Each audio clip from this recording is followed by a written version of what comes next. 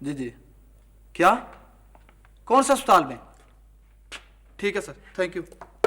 کوئی سنا تم نے؟ کیا؟ کریم بھائی صاحب کو اسپتال میں داخل کرا دیا گیا ہے. ہسپتال میں؟ خیریت تو ہے؟ کہہ رہے تھے کہ دل کی کوئی تکلیف ہے. یار ان کا دل تو پہلے ہی بہت کمزور تھا، پھر یہ الیکشنوں میں شکست کے بعد تو بالکل ہی ٹوٹ گیا ہے. اور وہ بھی یار خان جیسے پتھر دل کے ہاتھوں. اب کیا ہوگا طریقہ انسداد کا؟ ہونا کیا ہے، انسداد ہوگا. کیا مطلب؟ انسداد یعنی کہ خاتمہ. اچھا بات سنو، وہ چیئرمین صاحب کہہ رہے تھے کہ اگر یار خان ہماری تحریک میں شامل ہو جائے تو اسے ایک نیا پلیٹ فارم کھڑا ہو سکتا ہے. Plate form? مگر ابھی تو جلسے کا کوئی پروگرام نہیں ہے. یار جلسے کی بات نہیں ہو رہی، ایک نئی تحریک کی بات ہو رہی ہے. اور سنا ہے کچھ تم نے؟